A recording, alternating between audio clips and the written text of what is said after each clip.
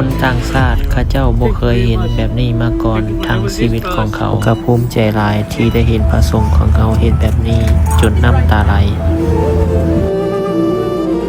นี่แม่นกิจกรรมของการเดินทาง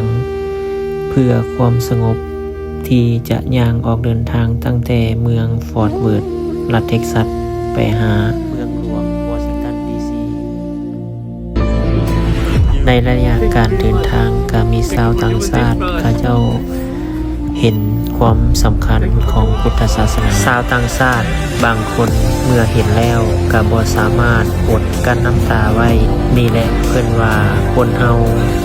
บ่ว่าจะเป็นผิวขาวผิวดำผิวแดงหรือว่ารูปร่างลักษณะแบบใดก็ตามเมื่อเกิดความศรัทธาแล้วก็มีความดีใจมีความอิ่มอกอิ่มใจเป็นเรื่องของธรรมดา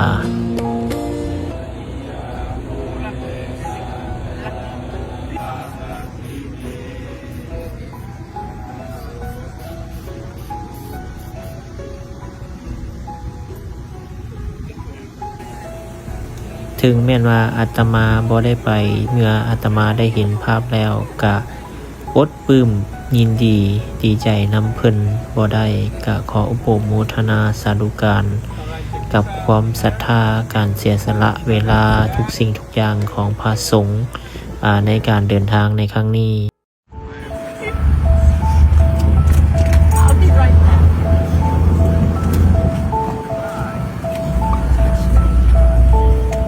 ผู้หญิงคนนี้เรามีความในใจของเรา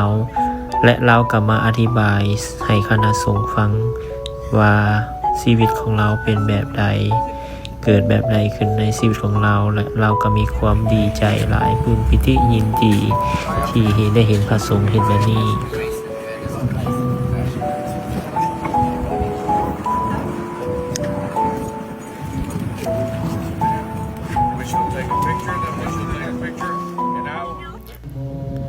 ในช่วงที่คณะสงฆ์ได้มีการหยุดพักเมื่อเวลาค่ำลงแล้วก็สิมีการไหว้พระแล้วก็มีประชาชนในอ้อมแอมข้างที่เขาเจ้าสนใจอยากมานั่งสมาธิเขาเจ้าก็มาไหว้พระมาสวดมนต์ร่วมกับพระสงฆ์โชคดีในการต้อนรับเป็นอย่างดีจากชาวต่างชาติแต่เฮาก็ยังมีความโชคบ่ดีที่เกิดขึ้นที่บ่คาดคิดก็คือเกิดอุบัติเหตุแก่พระสงฆ์ของเฮาก็คือพระอาจารย์มหาดำได้เกิดอุบัติเหตุขึ้นแล้วก็บ่สามารถเดินทางไปต่อได้ตอนนี้ก็กำลังพักฟื้นตัวแล้วก็สิได้มีการผ่าตัดอยู่ที่ห้องหมออยู่เมืองฮูสตันรัฐเท็กซัสหลังจากที่ด็อกเตอร์เพิ่นได้กวดสุขภาพหรือว่ากวดทุกสิ่งทุกอย่างแล้วก็มีข่าวดีว่าสามารถปัวหรือว่าสามารถต่อกระดูกได้เนาะที่เพิ่นขาหักหรือว่าแตกไปก็ถือว่าเป็นข่าวดีข่าวอีกสำคัญที่เฮาได้ยินข่าวแบบนั้นแล้วก็ขออวยพรไซขอคณะสาธุการอวยพรไซให้หายไวๆให้มาย่างกลับคืนมาย่างไวๆสาธุพระอาจารย์มหาดำเพิ่นก็ได้ขอให้พระสงฆ์ย่างสืบต่อให้ไปฮอดจุดหมายปลายทางเมืองวอชิงตันดีซีหรือว่าเป็นเมืองหลวงของสหรัฐอเมริกาฉะนั้นผู้ใดที่เข้ามาเบิ่งแล้วก็ฝาก